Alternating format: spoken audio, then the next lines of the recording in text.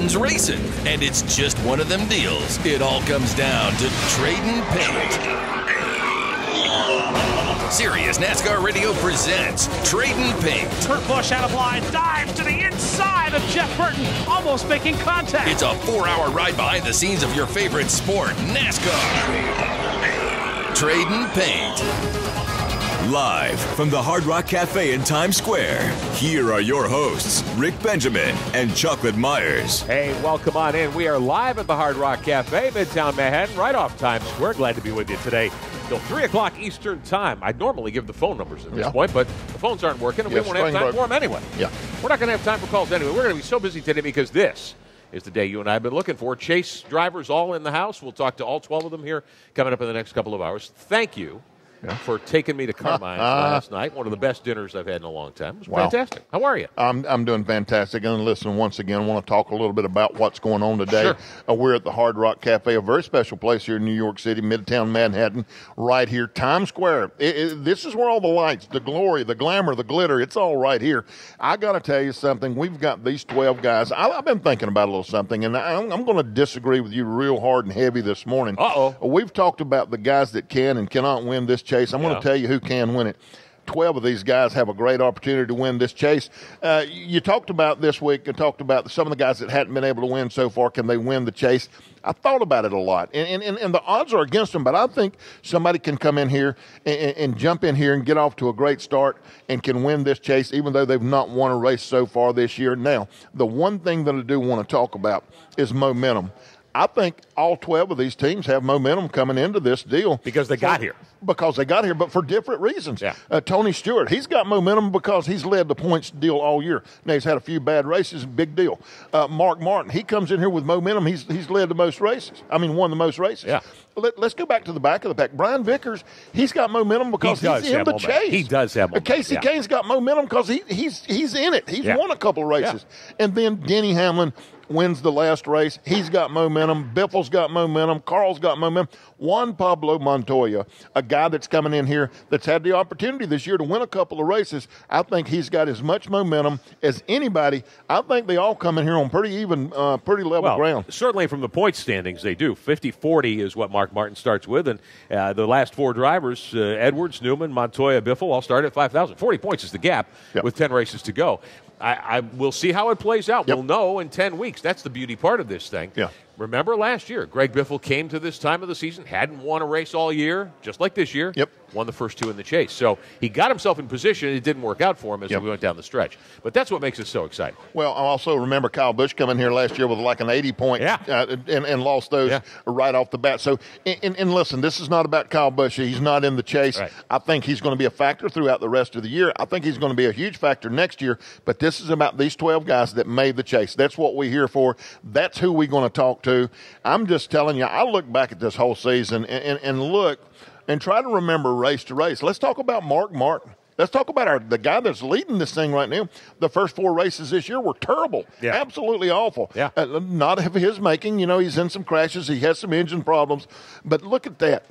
To come back, and I think about the teams, and they're my people, the guys that work on these cars, the guys that are down on pit road, and I think about how discouraging it must be to start out the season with great hopes.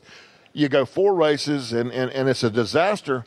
For those guys to be here, do you think they don't have a little extra step? I'm telling you, they've got to be pumped up. They've got to be excited. All of the guys that work on these cars, all of the guys that my people, the guys that are at the shop. Look. The other thing I want to talk about too. We, as the guys that go over the wall, we used to get a lot of credit, and you'd see us on TV, and we'd do this. There's a lot of people that make this happen, other than the people that we see on TV. For every race car, and you see 8 or 9 guys on Sunday, there's 50 or 60 back at the shop. And look, and the one thing that I used to say a lot, there's no person any more or any less important than the other one. You know, the guy that puts the gas in, he's no more important than the guy that changes the tires. He's no more important than the guy that cleans the windshield. I'm telling you, you've got to have all of those guys working together, and the guy in the car, and the guy back at the shop, and the guy on top of the box. Everybody's got to play their part It is. And you know, I like to talk about a pit crew or a race team like a transmission. If you've ever looked inside of a transmission, you see all those gears in there, and all of those gears are just working and meshing together. All you've got to do is break one tooth off of one gear, and that whole thing's screwed up. You don't have to tear it up bad. Yeah. Just one tooth off of one gear, and you're in serious trouble. Now, right now, these guys have all got a good transmission. They've got everything going their way.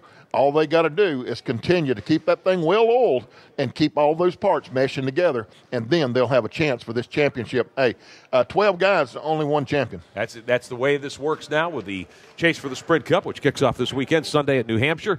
Coverage on ABC. Race time will be about 2 o'clock Sunday. They'll be on the air. ESPN, ABC will at about 1 o'clock Eastern time Sunday. We'll be on the air all weekend, of course, from New Hampshire here on Sirius NASCAR Radio, Channel 128, XM 128 as well. Coverage of the trucks on Saturday, the Cup Series Sunday afternoon, the Sylvania 300, all the post-race, all the pre-race, always right here. We're honored to be. I think that Atlanta-California switch is going to be a win-win for everybody. It certainly was a win for the folks at Atlanta. I think we go to California, and they got a great race out there. Yeah. And it'll be in the Chase this year for the first time. All right, coming up, we're live at the Hard Rock Cafe in Midtown Manhattan. One of the things we're going to talk to the 12 drivers about today, going to Loudon, the flat mile, 300 miles only, pretty short race on Sunday afternoon.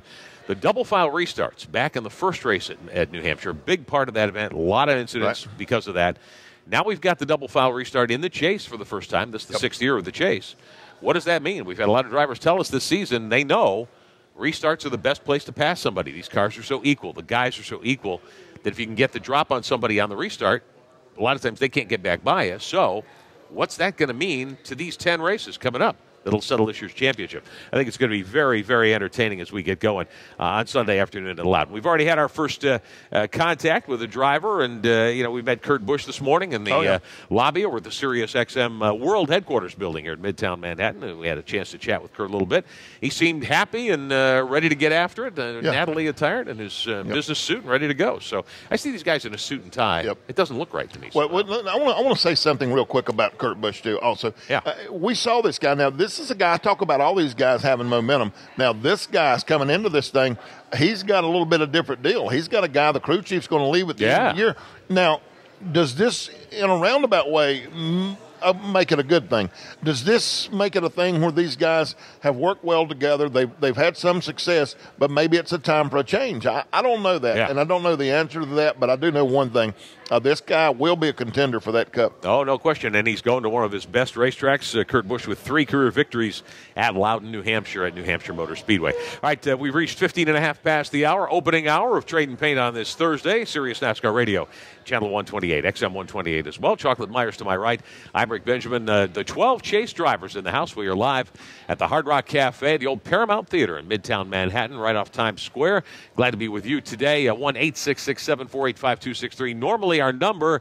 Don't think we're going to be able to take any calls here today. Coming up starting at the top of this next hour, Cup drivers, the 12 Chasers will be our guests from 12 to 3 Eastern time. Let's get our break in. We'll come back and chat with you from the Hard Rock as we get set to go here in just a short time. They've set up the ballroom, the stage area. The drivers will have one-on-one interview opportunities with a lot of media here in New York and nationally. They're going to be doing a satellite media tour on video. Your local newscast tonight probably you'll be able to see and hear from some of the Cup drivers. And some of our fans, some of our regulars, some of our peeps are here to see us today, look too. Who's here? Bob's here.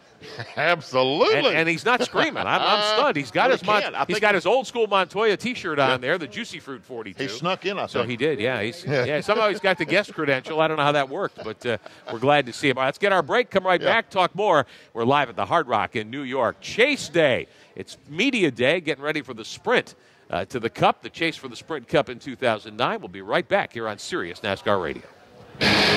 The crew chief's calling us in. You guys NASCAR fans? But we'll get back on the track after a quick splash and go. You're listening to Tradin Paint on Sirius NASCAR Radio, Channel 128.